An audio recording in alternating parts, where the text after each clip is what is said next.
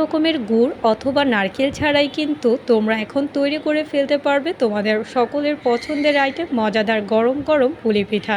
শুনেই হয়তো বন্ধুদের বিশ্বাস হচ্ছে না, তাই আজকের ভিডিওটা আমার সেই সকল বন্ধুদের জন্য। তোমরাও আমার মতো তৈরি করে ফেলতে পারবে সন্ধ্যায় গুড় বা নারকেল ছাড়া এই মজাদার পুলি পিঠাতে। তাই চলো দেরি না করে রেসিপিটা শেয়ার করা যাক।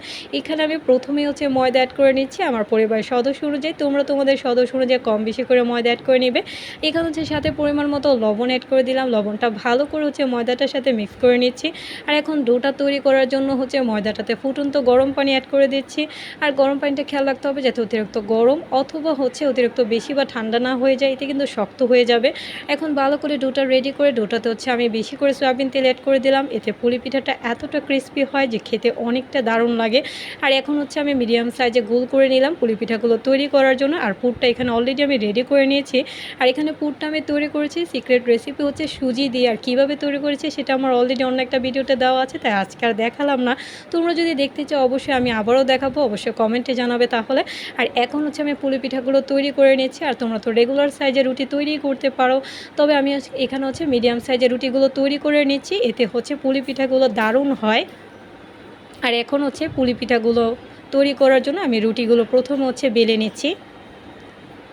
আর এখানে সুজি দিয়ে যে আমি পুরটা তৈরি করেছি সেটা আমি ভিতরে দিয়ে দিচ্ছি। একদমই পুরোপুরি মনে হয় যে গুড় দিয়ে তৈরি করেছি, স্বাদটা যেন একদমই ঠিকঠাক একদমই গুড়ের মতো। আর এখন আমি মুখটা বন্ধ করে দিচ্ছি।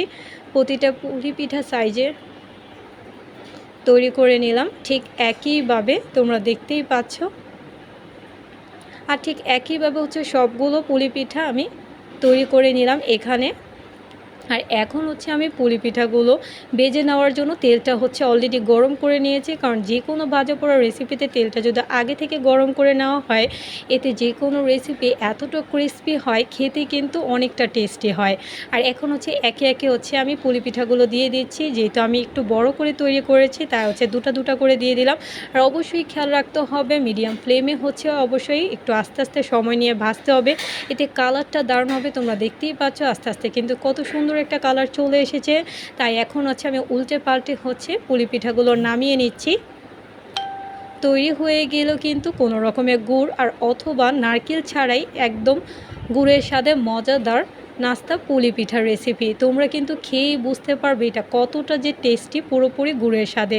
আশা করি ভালো লেগেছে, তোমরা একবার হলো ট্রাই করবে। আর কোনো রকমের মনেই হবে না যেটা সুজি দিয়ে তৈরি করেছে। আশা করি ভালো লেগেছে। এমন রেসিপি পেতে অবশ্যই পাশে থাকবে। আর লাইক কমেন্ট শেয়ার করতে ভুলবে না। দেখা হবে নেক্সট ভিডিওতে। আল্লাহ হাফেজ।